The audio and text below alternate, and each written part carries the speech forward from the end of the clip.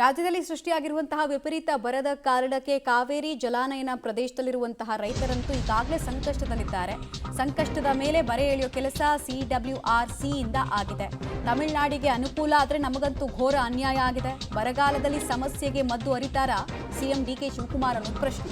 ದೆಹಲಿಯಲ್ಲಿ ವಕೀಲರ ಜೊತೆಗೆ ಸಿಎಂ DK ಶಿವಕುಮಾರ್ ಇದೇ ವಿಚಾರವಾಗಿ ಚರ್ಚೆ ಕೂಡ ಮಾಡೋದಕ್ಕಿದ್ದಾರೆ. ರಾಜ್ಯದ ಪರ ವಕೀಲ ಮೋಹನ್ ಕಾತರ್ಕಿ ಮತ್ತು ಜಲತಜ್ಞರು ಅವರೆಲ್ಲರ ಜೊತೆಗೆ ಸಮಾಲೋಚನೆ ಮಾಡಿ ಕರ್ನಾಟಕದ ಬಳಿ ಇರುವಂತಹ ಆಯ್ಕೆಗಳೇನು, ಏನ್ ಮಾಡಬಹುದು, ಅಪೀಲ್ ಯಾವ ರೀತಿ ಹಾಕಬೇಕು, ಅಪೀಲಿಂದ ಚೇಂಜಸ್ ಆಗುತ್ತಾ, ಸ್ಟೇಟಸ್ ಕೋ ಮೇಂಟೈನ್ ಮಾಡೋ ಥರ ಮಾಡ್ಸೋಕ್ಕಾಗತ್ತಾ ಅನ್ನೋದನ್ನು ಪ್ರಯತ್ನ ಪಡ್ತಾ ಇದ್ದಾರೆ. ಈ ಹಿಂದೆ ಜಲಸಂಪನ್ಮೂಲ ಇಲಾಖೆಯನ್ನು ನಿಭಾಯಿಸಿದ ಎಕ್ಸ್ಪೀರಿಯನ್ಸ್ ಕೂಡ DK ಶಿವಕುಮಾರ್ ಅವರಿಗಿದೆ. ಪತ್ರ ವ್ಯವಹಾರವನ್ನು ಕೂಡ ತಮಿಳುನಾಡು ಸರ್ಕಾರದ ವಿಚಾರವಾಗಿ ಮಾಡ್ತಿದ್ರು ಅವರು, ಮೇಕೆದಾಟು ಯೋಜನೆಗೆಲ್ಲ. ಡೀಟೇಲ್ಸ್ ಕೊಡ್ತಾರೆ ಶಬೀರ್. ಎಷ್ಟೊತ್ತಿಗೆ ಈ ಮೀಟಿಂಗ್ ಇರುತ್ತೆ, ಮತ್ತೆ CWRC ಟೆಕ್ನಿಕಲ್ ಕಮಿಟಿ ಏನು ಹೇಳುತ್ತೆ ಅದನ್ನ ಅಡ್ಮಿನಿಸ್ಟ್ರೇಷನ್ ಕಮಿಟಿ CWMA ಯಾವಾಗಲೂ ಇಂಪ್ಲಿಮೆಂಟ್ ಮಾಡ್ತಾ ಬಂದಿರೋದನ್ನ ನಾವು 2018 ಇಂದ ನೋಡಿದ್ದೀವಿ. ಇವಾಗ ಅಪೀಲ್ ಆದರೂ ಕೂಡ ಏನು ಡಿಫ್ರೆಂಟ್ ಆಗ್ಬೋದು, ಅಪೀಲಿಗೆ ಇವ್ರು ಕೊಡೋ ಆರ್ಗ್ಯುಮೆಂಟ್ ಯಾವ ರೀತಿ ಇರಬಹುದು? ನೋಡಿ, CWRC ಈಗ ಸದ್ಯಕ್ಕೆ ಪ್ರತಿನಿತ್ಯ 3,500 ಕ್ಯೂಸೆಕ್ನಷ್ಟು ನೀರು 15 ದಿನಗಳ ಕಾಲ ಹರಿಸಬೇಕು ಅನ್ನುವಂಥ ನಿಟ್ಟಿನಲ್ಲಿ ಶಿಫಾರಸನ್ನು ಮಾಡಿದೆ. ಈ ಶಿಫಾರಸನ್ನು ನೇರವಾಗಿ ಕೋರ್ಟಲ್ಲಿ ಚಾಲೆಂಜ್ ಮಾಡಲಿಕ್ಕಾಗಲ್ಲ. ಅದಕ್ಕಿಂತ ಮುಂಚೆ CWMAದಲ್ಲಿ ಚಾಲೆಂಜನ್ನು ಮಾಡಬೇಕಾಗತ್ತೆ. ಆ ನಿಟ್ಟಿನಲ್ಲಿ ಪ್ರಯತ್ನಗಳು ಕೂಡ ಈಗ ನಡೀತಾ ಇದ್ದಾವೆ. ನೋಡಿ, ಪ್ರತಿ ಬಾರಿಯೂ ಕೂಡ CWRC ಹೇಳಿದಂತಹ ಎಲ್ಲ ಶಿಫಾರಸುಗಳನ್ನು ಕೂಡ CWMA ಫಾಲೋ ಮಾಡಿದೆ ಅಂತಲ್ಲ, ಕೆಲವೊಮ್ಮೆ ಆ ಆದೇಶಗಳನ್ನು ಮಾರ್ಪಾಡು ಮಾಡಿದಂಥದ್ದು ಕೂಡ ಉಂಟು. ಸೊ ಹೀಗಾಗಿ CWMA ಮುಂದೆ ಕರ್ನಾಟಕ ಯಾವ ರೀತಿಯಾದಂಥ ವಾದವನ್ನು ಮಂಡಿಸುತ್ತೆ ಅನ್ನುವಂಥದ್ರ ಮೇಲೆ ಎಲ್ಲವೂ ಕೂಡ ಅವಲಂಬಿತವಾಗಿರುತ್ತೆ. ನೋಡಿ, ಈಗಾಗಲೇ CWMAಗೂ ಕೂಡ ಭಾಳ ಸ್ಪಷ್ಟವಾಗಿ ಗೊತ್ತಿರುತ್ತೆ ಯಾವ್ಯಾವ ಜಲಾಶಯಗಳಲ್ಲಿ ಎಷ್ಟೆಷ್ಟು ನೀರಿನ ಪ್ರಮಾಣ ಇದೆ, ಇನ್ಫ್ಲೋ ಎಷ್ಟಿದೆ, ಔಟ್ಫ್ಲೋ ಎಷ್ಟಿದೆ, ಯಾವ ರೀತಿಯಾಗಿ ಭವಿಷ್ಯದಲ್ಲಿ ನೀರಿನ ಕೊರತೆ ಉಂಟಾಗಬಹುದು, ಇದೆಲ್ಲವೂ ಕೂಡ ಗೊತ್ತು.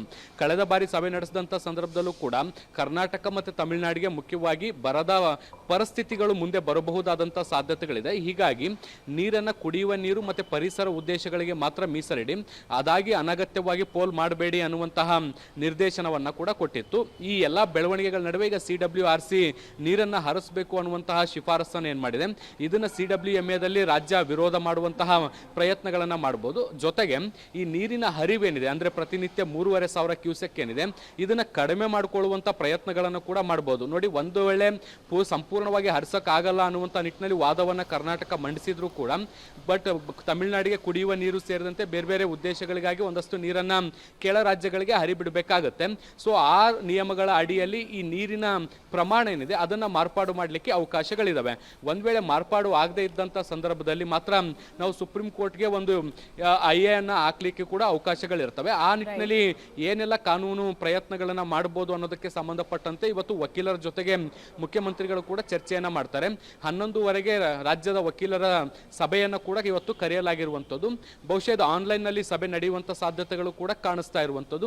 ಎಲ್ಲ ವಕೀಲರನ್ನ ಭೇಟಿಯಾಗಿ ಅವರಿಂದ ಬರುವಂಥ ಸಲಹೆಗಳನ್ನು ತೆಗೆದುಕೊಂಡು ಮುಂದೆ ಯಾವ ರೀತಿಯಾಗಿ ಕಾನೂನು ಹೋರಾಟವನ್ನು ಮಾಡಬೇಕು, ಅದಕ್ಕಿಂತ ಮುಂಚೆ CWMAದಲ್ಲಿ ಕರ್ನಾಟಕದ ವಾದ ಹೇಗಿರಬೇಕು, ಹೀಗೆ ಬೇರೆ ಬೇರೆ ವಿಚಾರಗಳಿಗೆ ಸಂಬಂಧಪಟ್ಟಂತೆ ಚರ್ಚೆಯನ್ನು ಮಾಡಿ ಅಂತಿಮವಾಗಿ CWMAದಲ್ಲೂ ಕೂಡ ಒಂದು ವೇಳೆ ಕರ್ನಾಟಕದ ವಿರುದ್ಧ ತೀರ್ಮಾನಗಳು ಬಂದರೆ ಅದನ್ನು ಕೋರ್ಟ್ನಲ್ಲಿ ಪ್ರಶ್ನೆ ಮಾಡಲಿಕ್ಕೆ ತಯಾರಿರುವಂತೆ ಸೂಚನೆಯನ್ನು ಕೂಡ ಕೊಡುವಂಥ ಸಾಧ್ಯತೆಗಳಿದ್ದಾವೆ.